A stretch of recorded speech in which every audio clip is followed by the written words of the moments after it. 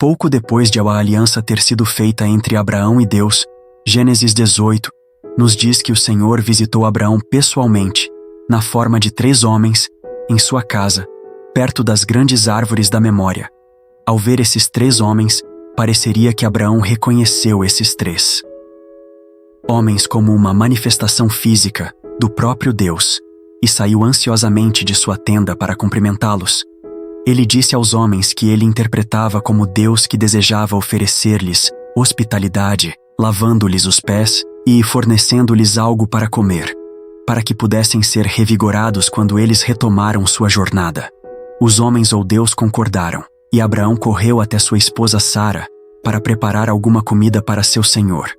Os 3 homens nunca se apresentaram como Deus, mas parece que Abraão tem uma compreensão mais elevada de quem eles eram. Portanto, por que ele saiu de seu caminho para atender a esses estranhos? Algo que não era particularmente comum na época. Em algumas interpretações, esses 3 homens são na verdade anjos enviados por Deus, ou que 2 deles são anjos e um deles é o próprio Deus. Mais tarde os veremos descritos como os anjos em Gênesis 19, quando entram em Sodoma, em um esforço para justificar a não destruição do lugar. Os 3 homens parecem confirmar a teoria de Abraão, pois falam de Sara declarando que no próximo ano, Sara daria um filho a Abraão. Entende-se aqui que Deus, através desses homens, reforça sua promessa, e agora chega ao ponto de dar a Abraão um filho. Período de tempo, um gesto de boas-vindas, sem dúvida, para um homem que esperou a maior parte de sua vida por este momento. Um detalhe interessante que muitas vezes é esquecido, na Bíblia aqui, é a reação de Sara ao ouvir que ela daria à luz no próximo ano, apesar de ser uma mulher que era muito depois da idade de ter filhos. Sara não responde com a mesma alegria exultante que Abraão poderia ter, mas em vez disso parece quase cínico dizendo: depois que eu estiver esgotado e meu senhor estiver velho agora, terei esse prazer. A Bíblia a descreve tão rindo quanto ela diz. Afinal, ela talvez não esteja muito convencida das promessas do Senhor e provavelmente não esteja realmente no humor certo para ter um filho, já que ela tinha uns 100 anos, no mínimo. A promessa de ter um filho não era apenas ridícula para Sara. Provavelmente foi inconveniente também, então suponho que ela possa ser perdoada por rir tanto, mas Deus não acha. Então ele pergunta a Abraão por que Sara riu e ela realmente acreditava que ele viria prometer algo que não poderia cumprir, mesmo que parecia impossível. Ele então reitera antes mesmo que Abraão possa responder que ele retornará em 1 ano e que Sara realmente terá um filho. Sara, que ouve o questionamento de Deus a Abraão. Quanto à sua risada, responde com medo. Ela está com tanto medo de que Deus faça algo drástico que ela mente, dizendo a ele: eu não ri. E Deus responde de forma bastante ameaçadora: sim, você riu. Os 3 homens decidiram ir embora porque estavam indo para Sodoma, e Abraão decidiu caminhar com eles. Então, curiosamente, Deus tem um pouco de deliberação consigo mesmo. A Bíblia nos diz: então o Senhor disse: devo esconder de Abraão o que estou prestes a fazer. Nunca antes Deus apareceu para deliberar sobre o que ele quer fazer. Ele simplesmente o faz. Mas aqui alguns podem dizer que há alguma hesitação quando ele parece nos consultar o leitor. No entanto, outros sugerem que Deus não está nos perguntando nada e não está hesitando, mas apenas compartilhando seus pensamentos conosco. Pode-se dizer que porque Deus faria de Abraão uma nação grande e poderosa, e porque Abraão seria um grande líder, Deus determinei aqui que mostrar a Abraão o que ele faria em breve a Sodoma e Gomorra era necessário para prepará-lo para os fardos de tal liderança. Deus então revela a Abraão que o clamor contra Sodoma e Gomorra é tão grande e seu pecado tão grave que irei desça e veja se o que eles fizeram é tão ruim quanto o clamor que me atingiu. Se não, saberei. Aqui aprendemos que as ofensas cometidas por Sodoma e Gomorra são tão grandes que merecem uma visita de Deus. Pode-se deduzir que Deus tinha ouvido de múltiplas fontes sobre o que estava acontecendo em Sodoma e Gomorra, e que a notícia deste perturbou-o muito. Quando Deus declara que ele irá descer e ver por si mesmo, não é necessariamente porque ele ainda não sabe, mas mais ainda para demonstrar o quão minucioso ele é quando se trata de entregar tais extremidades.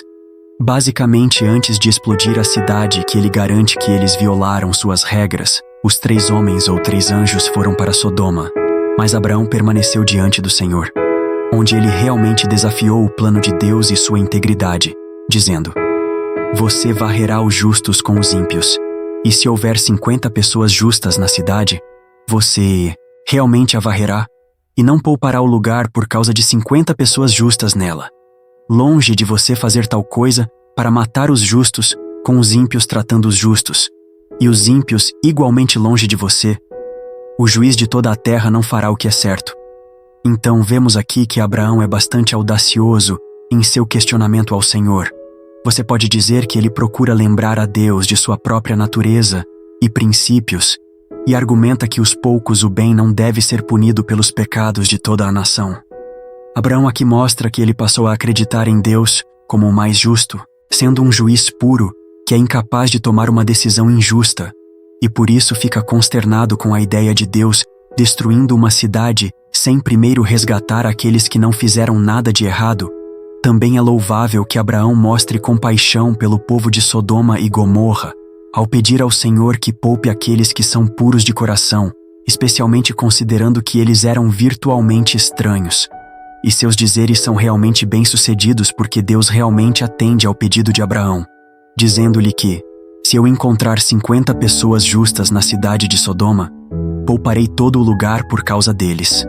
O fato de que Deus ouve Abraão também procura mostrar aos crentes que Deus faz ouvir quando as orações são feitas, e que neste caso, entre outros, Ele concede às pessoas a oportunidade de mudarem suas mentes sobre as coisas. Mas Abraão, tentando negociar com Deus, e você acredita que ele também tem sucesso nisso, ele pede a Deus para reduzir o número de pessoas justas para 45, a fim de salvar as cidades, e Deus realmente concorda. Então Abraão testa sua sorte mais uma vez e pergunta: e se o número fosse apenas 40 pessoas justas, e mais uma vez Deus concorda no final? Abraão é capaz de reduzir Deus a apenas 10 pessoas. Você pode ver isso como Abraão sendo um excelente negociador que é capaz de convencer Deus de qualquer coisa. Mas também é possível que Deus não quisesse realmente destruir Sodoma e Gomorra, e então estava procurando por qualquer desculpa para poupar a vida dos inocentes.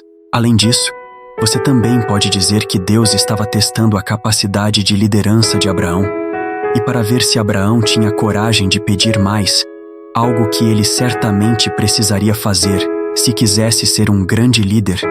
Também pode ser dito que Deus estava tentando atrair ainda mais a compaixão de Abraão, na medida em que ele ousaria até mesmo interceder em nome de uma cidade que estava prestes a ser destruída. Outra ideia aqui sobre por que Deus está tão disposto a diminuir o número a pedido de Abraão é que Abraão não foi arrogante ao perguntar, mas sim humilde, como afirma antes mesmo de iniciar as negociações: não sou nada mais pó e cinzas. É claro, também deve ser dito que Deus provavelmente já sabia que não haveria 10 pessoas justas em Sodoma e Gomorra. Então, sua aquiescência a Abraão não é porque Abraão era um negociador tão convincente, mas mais ainda porque Deus ia fazer o que quisesse de qualquer maneira.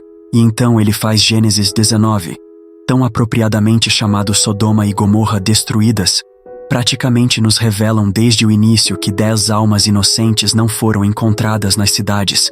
Então Deus as destruiu. A perspectiva da história muda de Abraão para seu sobrinho, que sabemos que vivia em Sodoma. Na época, a Bíblia nos diz que ele estava sentado no portão da cidade quando viu 2 anjos novamente. Provavelmente 2 dos homens que Abraão os cumprimentou e deu as boas-vindas à cidade. Na verdade, ele responde a eles da mesma forma que Abraão fez, e começa a se curvar diante eles com o rosto caído no chão. Meus senhores, ele disse, por favor, vá para a casa do seu servo. Você pode lavar os pés e passar a noite, e depois seguir seu caminho de manhã cedo, como Abraham Lot. Reconhece os homens por sua divindade, e está ansioso para agradá-los, e mostrar-lhes hospitalidade. Não se sabe se eles tinham asas saindo de suas costas, mas se fosse esse o caso, imagino que eles não teriam sido tão discretos quanto provavelmente gostariam. Portanto, é mais provável que esses anjos tenham escondido suas asas, mas não conseguiram esconder sua aura distinta. Por isso Ló fica tão impressionado com elas e deseja se sair bem com elas. Mas ao contrário de Abraão, os anjos colidiram com sua oferta e disseram-lhe não. Passaremos a noite na praça. Mas Ló insistiu neles tão fortemente que acabaram indo para a casa dele com ele. A Bíblia nos diz que muito foi persistente o suficiente para conquistar os anjos, mas também é possível que sua persistência não tenha sido por necessidade de oferecer-lhes hospitalidade, mas sim por sua própria segurança, pois ele conhecia o pecado da cidade melhor do que qualquer um de seus residentes, e sabia que os homens aqui viriam chamar os visitantes que estavam tão obviamente impressionados que os anjos são capazes de reconhecer a urgência de Ló e concordar em ir com ele embora. Isso provavelmente o agradaria, pois os meros homens de Sodoma não poderiam causar-lhes nenhum dano real. Afinal, muitos lhes prepararam uma refeição que eles comeram e eles pretendiam ir para a cama. Mas desde sua chegada, a notícia de 2 belos visitantes se espalhou por Sodoma, e isso não demorou muito para que os anjos fossem rastreados até a casa de Ló. Antes que qualquer um dos anjos pudesse ir para a cama, eles foram recebidos com uma perturbação. A Bíblia nos diz que todos os homens de todas as partes da cidade de Sodoma, tanto jovens como velhos, cercaram a casa de Ló. Eles começaram a chamar Ló e disseram: "Onde estão os homens que vieram até você esta noite? Traga-os para fora para nós, para que possamos fazer sexo com eles." Então a Bíblia nos diz muito bem que os homens que vieram à casa de Ló vieram para ter relações sexuais com os anjos, que eles não só estão exigindo aqui, mas também demonstram um total desrespeito pelos princípios de hospitalidade e moralidade, tudo para que possam ficar sexualmente satisfeitos. Observe que eles não se importam com quem são os visitantes. Eles simplesmente querem fazer sexo com eles e não estão interessados se isso é consensual ou não. Tudo o que parece impedi-los é a porta da casa de Ló. A Bíblia então nos diz que homens jovens e velhos cercaram a casa, o que implica que praticamente todos os homens em Sodoma estavam implícitos no pecado que se desenrolava na cidade. Em outras palavras, boa sorte para encontrar as 10 pessoas tementes a Deus de Abraão em Sodoma. A Bíblia continua que muitos tentam dissuadir a multidão, dizendo-lhes para não fazerem uma coisa tão perversa. Por mais que tentem dissuadir a multidão de uma forma bastante questionável, ele tenta negociar com a multidão, oferecendo suas 2 filhas. Em vez disso, não, meus amigos, ele conta: "A máfia não faça essa coisa perversa. Olhe, eu tenho 2 filhas que nunca dormiram com um homem. Deixe-me trazê-las para você, e você pode fazer o que quiser com elas. Mas não faça nada com esses homens, pois eles vieram sob a proteção de meu telhado. A oferta de suas próprias filhas é talvez tão horrível quanto o pecado que ele está tentando condenar." Com certeza, os homens de Sodoma demonstram um comportamento alarmante em sua reunião para fazer sexo com os anjos. Mas a disposição de Ló em oferecer suas próprias filhas da maneira como ele faz é igualmente repugnante novamente. Provavelmente argumenta-se que, como as mulheres ocupavam uma posição tão baixa na sociedade da época, isso provavelmente não foi considerado um ato tão ultrajante. Na verdade, as mulheres provavelmente tinham uma classificação inferior às convidadas do família, quando você considera as obrigações sagradas da hospitalidade, segundo as quais os hóspedes deveriam ser protegidos a todo custo, talvez até pelo bem da própria família. Ainda assim, é um momento muito ruim para muitos. Um homem que literalmente parece brincar de Deus ao negociar a inocência de suas filhas e comprometendo sua virgindade só para salvar 2 homens. Ele nem sabia que a turba nem dá uma segunda olhada nas filhas de Lote, embora elas tenham antagonizado muito imediatamente dizendo: "Saia da nossa frente. Esse sujeito veio aqui como um estrangeiro, e agora ele quer bancar o juiz. Vamos tratá-los pior do que eles." A multidão ridiculariza e não dá atenção aos seus esforços lamentáveis para fornecer uma perspectiva moral no que diz respeito a eles. Ele é um estrangeiro em sua cidade e suas palavras valem menos do que sujeira. Pode-se argumentar que a oferta de suas filhas por Ló foi a única maneira pela qual ele pensou que poderia chegar a um acordo eficaz com a turba. Mas parece que isso apenas os agitou mais. Eles não tinham respeito por ele. e assim estavam menos inclinados a ouvir qualquer coisa que ele tivesse a dizer. Além disso, seus esforços para pacificá-los apenas voltaram sua atenção para ele, pois lhe disseram que depois de terem feito o que queriam com os visitantes, eles o levariam em seguida. Mas os anjos puxaram de volta para dentro a casa, e diante da multidão que avançava, foram informados de que os anjos feriram seus homens com cegueira. Os anjos, então se viraram para Ló e disseram a ele: se você tem mais alguém aqui, genros ou filhas, ou qualquer outra pessoa na cidade que pertence a você, tire-os daqui, porque vamos destruir este lugar. O clamor ao Senhor contra seu povo é tão grande que ele nos enviou para destruí-lo. Os anjos aqui parecem reconhecer Ló como um homem piedoso, o sacrifício de seu apesar das filhas. É claro, isso não é difícil para elas determinarem, visto que ele é o único que lhes mostrou hospitalidade e o único que não tentou fazer o que queria com eles. Por isso, elas procuram ajudá-lo a sair de cidade e aconselham-o a levar consigo todos que ama. É aqui que muitos vêm entender quem são realmente os seus convidados. São agentes de Deus, sem dúvida.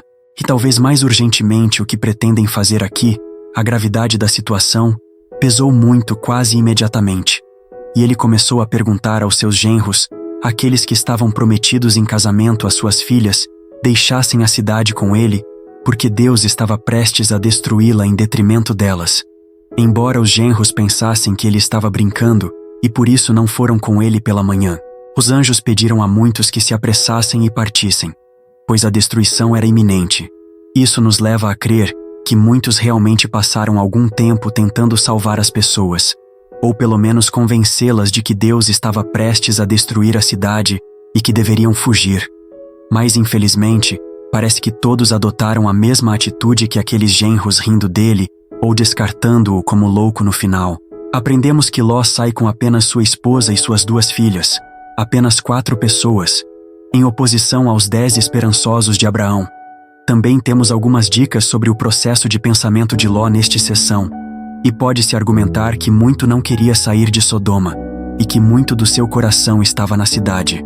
Pois ele hesita na Bíblia, afirma que quando ele hesitou, os homens agarraram sua mão e as mãos de sua esposa e de suas 2 filhas, e os conduziram em segurança para fora da cidade, pois o Senhor foi misericordioso com eles. Aprendemos que Ló sai com apenas sua esposa e suas 2 filhas, apenas 4 pessoas, em oposição aos 10 esperançosos de Abraão. Também temos algumas dicas sobre o processo de pensamento de Ló nesta seção, e pode-se argumentar que muito não queria sair de Sodoma, e que muito do seu coração estava na cidade, pois ele hesita na Bíblia, afirma que quando ele hesitou, os homens agarraram sua mão e as mãos de sua esposa e de suas 2 filhas, e os conduziram em segurança para fora da cidade, pois o Senhor foi misericordioso com eles. O motivo da hesitação de Ló não foi estabelecida, mas alguns argumentaram que ele estava fazendo uma última tentativa de salvar os noivos de suas filhas, ou que ele estava tentando salvar seus vizinhos. Outros sugerem que ele estava começando a duvidar das palavras dos visitantes, e porque todos os outros riram da ameaça, talvez ele devesse ter dito isso também, mas os anjos literalmente o agarraram pela mão, e há uma implicação aqui de que eles o forçaram a sair da cidade. Observe que são os anjos que seguram as mãos, não apenas dele, mas também as mãos de sua família, e são vistos para conduzi-los para fora. É quase como se não se pudesse confiar em Ló para ir sozinho, ou que ele demorou tanto tempo em Sodoma que os anjos não acreditaram que ele conseguiria. Então, eles assumiram a responsabilidade de garantir que ele saísse com segurança, talvez como compensação por sua hospitalidade anterior. Uma vez que eles estão fora da cidade, os anjos declaram uma ordem crítica para Ló e sua família dizendo: fujam para salvar suas vidas, não olhem para trás e não parem em nenhum lugar. Fujam para as montanhas, ou vocês serão varridos. Mas Ló começa a olhar na boca de um cavalo de presente e diz aos anjos: não, meus senhores, por favor, seu servo encontrou favor aos seus olhos, e você mostrou grande bondade comigo ao poupar minha vida.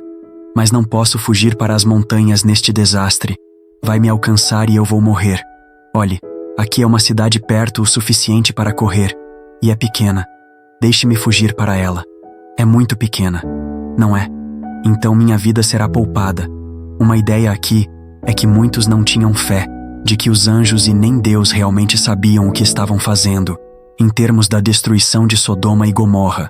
Pode-se argumentar que ele pensava que tudo isso era um erro, daí sua hesitação, e que sem Sodoma ele não teria casa e teria que viver em as montanhas depois disso. Isso não seria confortável para muitos. E então, ele procurou pedir aos anjos que poupassem uma pequena cidade que se tornaria conhecida como Zoar, para que ele tivesse um lugar para morar assim que a destruição acontecesse. Os anjos parecem concordar com isso pedido, e então eles esperam que Ló esteja a caminho de Zoar antes que o plano seja executado, em Gênesis 19, 24, 25. A destruição das cidades vizinhas do deserto é detalhada quando o Senhor fez chover enxofre ardente sobre Sodoma e Gomorra, do Senhor dos céus. Assim, ele derrubou aquelas cidades e todo o plano, destruindo todos aqueles que viviam nas cidades e também a vegetação da terra. Você se lembrará que os anjos em Gênesis 19, 17 aconselharam Ló e sua família a fugir para salvar suas vidas e não olhar para trás. No entanto, a esposa de Ló é mencionada como fazendo exatamente isso em Gênesis 19, 26. E por causa de sua desobediência, ela é transformada em um pilar da alma. Tem havido uma série de teorias sobre por que a esposa de Ló sofreu essa punição por algo que parece tão insignificante. Mas há quem diga que o seu olhar para as cidades foi um símbolo da sua simpatia. O facto de ela ter olhado para trás, apesar de lhe terem dito para não o fazer, foi uma demonstração de fraqueza, por sentir pena daqueles que foram destruídos. Apesar do facto de essas mesmas pessoas foi rejeitada por Deus, de uma forma que alguns podem ver a esposa de Ló como uma simpatizante dos inimigos de Deus, e por causa disso, ela foi punida. Outros acreditam que seu olhar para trás é um exemplo de que ela estava muito apegada à sua antiga vida e que ela estava olhando de volta arrependida pelo que ela estava perdendo e não pelo que Deus estava concedendo a ela em uma nova vida longe do pecado. Outros concordam que seu olhar para trás é uma metáfora para nossos próprios impulsos humanos e que mesmo quando os anjos lhe deram uma ordem, ela ainda desobedeceu de curiosidade, ecoando assim a história da tentação em Adão e Eva e o pecado original. Então é claro que há uma resposta simples e curta. Ela desobedeceu às instruções do anjo e foi, portanto, punida por isso. Na manhã seguinte, vemos Abraão parado no mesmo local em que havia falado com Deus no dia anterior, e ele olha para Sodoma e Gomorra. No entanto, tudo o que viu foi uma fumaça densa subindo da terra, como a fumaça de uma fornalha. Entende-se em Gênesis 19, 29, que Deus poupou a vida de Ló não foi necessariamente porque Ló havia mostrado segurança aos anjos, mas em vez disso, foi um favor a Abraão. As observações de Abraão sobre as ruínas de Sodoma continham algumas lições para os crentes, pois mostra a força de Deus por seu poder é imensurável que pode deixar cidades dizimadas sem nenhum vestígio de civilização. Também mostra aos crentes que eles deveriam ter um profundo sentimento de gratidão por Deus. Talvez a mesma gratidão que Abraão teria por Deus resgatar seu sobrinho em última análise. A história procura lembrar aos crentes de que os males do pecado e o que aguarda aqueles que se afastam de Deus. No capítulo final de Gênesis 19, vemos Ló e suas filhas vivendo em uma caverna nas montanhas, aparentemente com muito medo de se integrarem à cidade de Zoar após a provação que suportaram. Vêm apesar de muita barganha com os anjos para fugir para Zoar em vez das montanhas. E é interessante ver que, apesar de obter a permissão deles, ele ironicamente acaba nas montanhas de qualquer maneira. No entanto, suas filhas começam a perceber que se permanecessem na caverna, eles não conheceria homens e não seria capaz de dar à luz filhos e continuar o legado de sua família. Então, uma noite, a filha mais velha decidiu embebedar o pai a tal ponto que ele não percebeu o que estava ao seu redor. Uma vez que todos estavam neste estado incapacitado, ela prosseguiu para fazer sexo com ele e engravidar na noite seguinte. A filha mais nova faz a mesma coisa e também engravidar durante essas 2 noites. Parece que Ló não tem nenhuma lembrança desses eventos ocorrido. pois a Bíblia afirma em ambas as ocasiões. Novamente, ele não estava ciente disso quando ela se deitou ou quando ela se levantou. A Bíblia mais tarde afirma que ambas as filhas deram à luz com sucesso. Em Gênesis 19, 36, 38. Engravidaram do pai, a filha de Ló mais velha. Teve um filho e ela o chamou de Moabe. Ele é o pai dos moabitas de hoje. A filha mais nova também teve um filho e ela o chamou de Ben-Ami. Ele é o pai dos amonites de hoje. É certamente uma maneira desconfortável para o capítulo terminar. Duas filhas seduzindo e essencialmente estuprando o próprio pai. Há também uma ironia aqui que, em sua própria embriaguez, facilita o mesmo ato vergonhoso que ele apresentou à multidão em Sodoma ao se deitar com suas próprias filhas, e que conclui o capítulo 19 do livro de Gênesis, certamente um capítulo emocionante, se não moralmente questionável, que demonstra os traços bons e ruins em todos os seus personagens que vemos. Ló oferecendo suas filhas à multidão de homens para fazerem o que quiserem, e vemos essas mesmas filhas manipulando-o sexualmente mais tarde. Quando ele está muito velho e bêbado para fazer qualquer coisa a respeito, vemos a esposa de Ló desobedecendo aos anjos de Deus e suportando as consequências por tal loucura, e vemos os homens de Sodoma retratados sob uma luz terrível que os torna os vilões da história. Mas tenho certeza de que todos vocês têm suas próprias opiniões sobre a história de Sodoma e Gomorra, bem como suas próprias ideias para cada um de seus personagens. Não se esqueça de compartilhá-los comigo nos comentários abaixo. E não se esqueça de dar um joinha neste vídeo e clicar no botão de inscrição ao sair. Até a próxima vez que você